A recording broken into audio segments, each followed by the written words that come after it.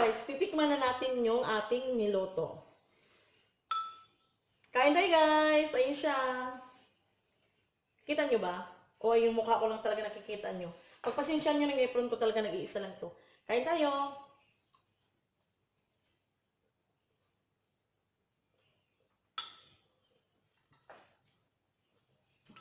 Masarap siya guys.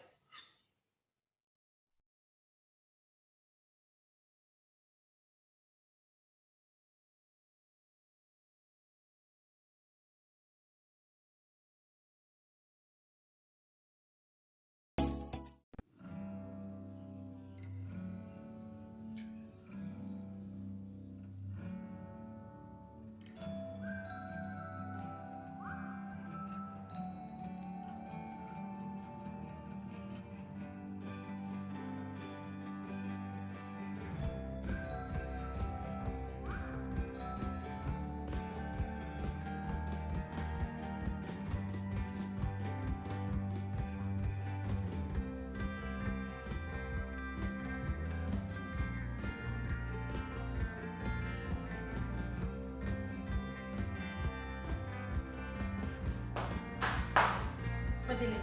Hello guys! Welcome back to my channel guys. Ngayon sasamahan niyo ako. Magluluto tayo ng panibagong recipe. Itong recipe na to walang walang eksaktong mga sangkap. Basta naisip ko lang siya na gusto kong gawin, gusto kong subukan, gusto kong matikman kung anong kinalalabasan ng nasa isip ko. Kaya samahan niyo na ako guys. Ito ang ating mga sangkap. Ipakita ko sa inyo. Meron tayo itong malagkit pala siya. Malagkit siya, sinain ko. Tapos, meron tayong beef, ground beef siya, pero ginisa ko na. Ito ang isa sa mga sangkap natin. Tapos, meron din tayong hindi naman chops, cubes na carrots at saka cucumber. Ang gagawin pala natin ngayon, yung lalagyan natin siya ng turmeric. Mas titingnan natin kung anong magiging resulta niya. Meron tayong sibuyas, coriander, tapos bell pepper. Ayaw ko lang kung ilalagay ko yung bell pepper, baka hindi na. Yung coriander lang at saka sibuyas. At saka yung ating turmeric. Yan ang ating special na sangkap. Yan. Kaya guys, umpisahan na natin ang ating pagluto. Yan. Kumarap ko muna dyan. Yan tayo. Yan ang ating, parang hindi nakikita ang ating kawali.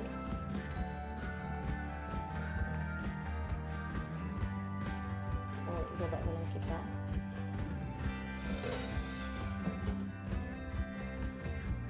Nakikita ka, parang hindi. Huwag mainit. Tapos ulit. Sorry na guys, wala talaga tayong ano. Yan. Ang una natin gagawin, magbukas muna tayo ng apoy, syempre. Yan. Painitin natin ng konti, tapos lagyan natin ng kunting mantika, kunting-kunti lang talaga.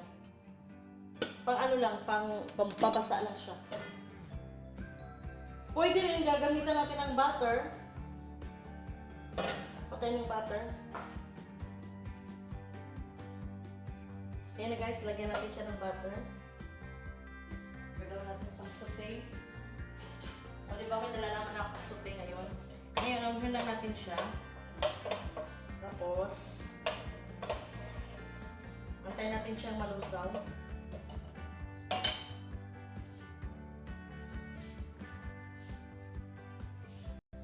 Parang may video bomber din ha. Ay, hindi naman nasa likodan siya.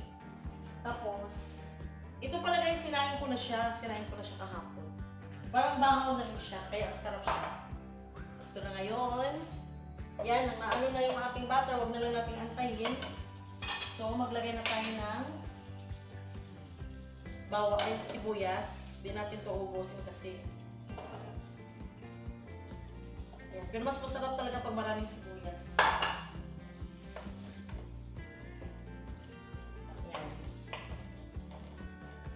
Yan, gisa-gisa lang tayo.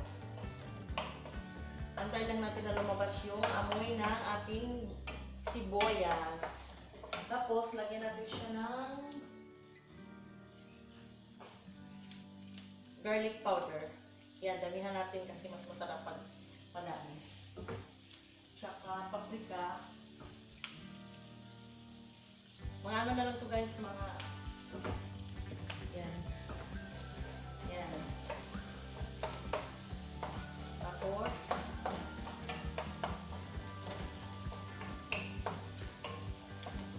idagdag na lang natin yung butter if ever na kailangan pa ng butter, no? Kung napapansin nyo guys, dito sa mga niluluto kong pagkain, laging present itong laging present itong turmeric kasi marami siyang benefits. Marami kang makukuha sa turmeric. Ay, lagyan na natin yung coriander. Tasayin natin yung natira.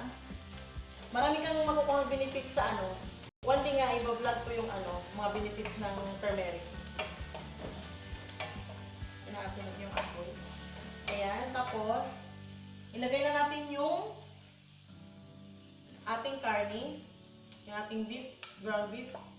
Yung ground beef nga pala guys, ginisa ko na rin siya para madali na lang yung trabaho ko. Alam niyo naman, napaka-busy lang yung yan, nakalat ko lang yung dasan ko, ayan na yan. Parang gusto umulan Yan, gisa lang natin to. Sabagay, luto na siya eh. Gisa-gisa, gisa-gisa.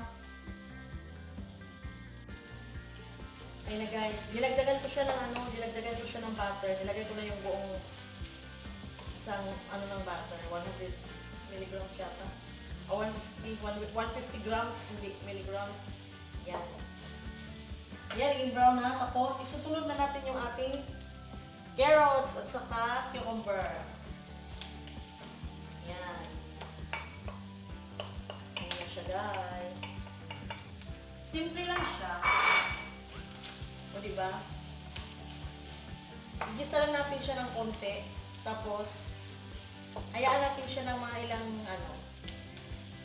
na maluto lang ng konti yung yung carrots pala. Anuhin niyo nga kung tama mo yung pagbigkas ko kasi sabi ng anak ko hindi daw tama yung carrots daw. Umaarte lang talaga ako. Ayan. Gisa-gisa. Alam mo pa yung pagkain ko na to, pag na to, may kasama ng ulam, may kanin ka na, may ulam ka pa. O, saan ka pa niyan? May gulay pa. Yan, pakita ko sa inyo ha. Ayan. O, ayan siya. Ayan. Ayan siya guys, ayan. Yan, tapos balik tayo dito sa ating posisyon. Para, pasensyahan nyo na yung mga yung mga kalat ko doon. May mga tissue, may mga kung ano-ano na lang. Yung ating salt.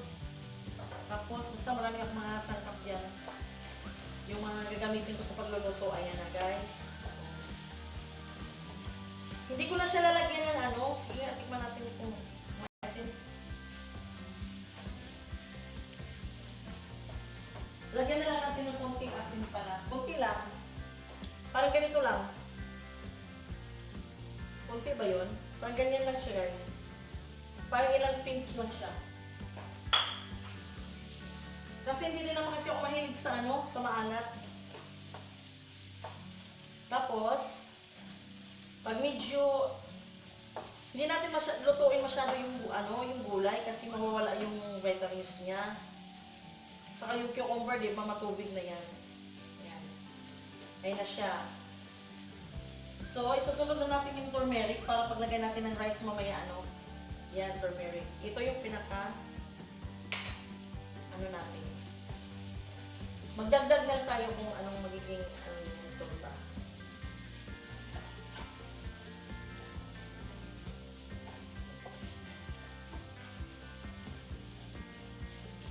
Ang dami kong mapasok kasi sa mga ang dami kong gustong gawin kasi walang masyadong oras, kaya ito yung medyo madali-dali lang muna ang mga trabaho ko.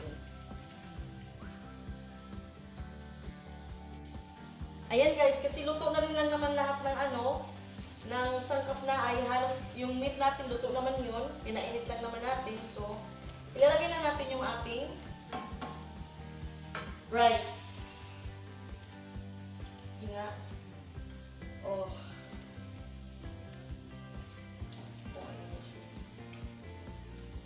Yan, nilagyan na natin yung ating rice. Tabi-tabi mga gasan. I think I need 1 spoon for the support. Yan, ito na guys. Lagyan na natin yung ating, ang ating, parang ang dami ng ang dami ng sahog ko. Pero okay lang yan. O, diba? Mas saglit guys ha, hahaluin ko lang to. Ayan na guys, nahalo na natin yung ating rice at saka yung ating pinatay ko pala at apoy. Yun, so, tikman nga natin.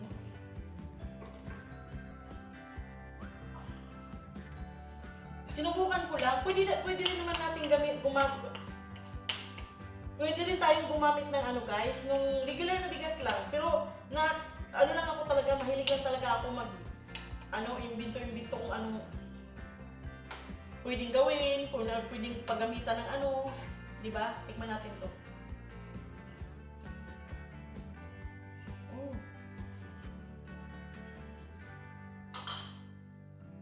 Iubos ko na lahat ng turmeric. Sayang na. Yan.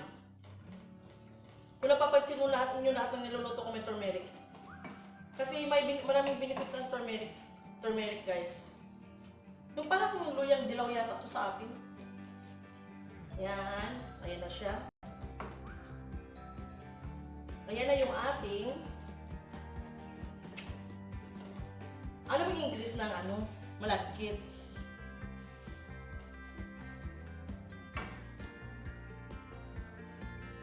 Ayan yung ating turmeric na may yan. Ayan na siya guys. Yung ating bigas na malagkit na may turmeric at saka may mga gulay. Yan. Anuhin ko lang siya. Ganyan ang itsura niya. O diba? Pwede rin palang malagkit gagamitin natin sa ibang bagay. Hindi lang natin pwedeng ihalo sa matamis. Kailangan din natin siyang i-mix sa medyo malat-alat. Yan. Yan yung ating turmeric rice. Malagkit na turmeric rice. Yan. Yan na guys.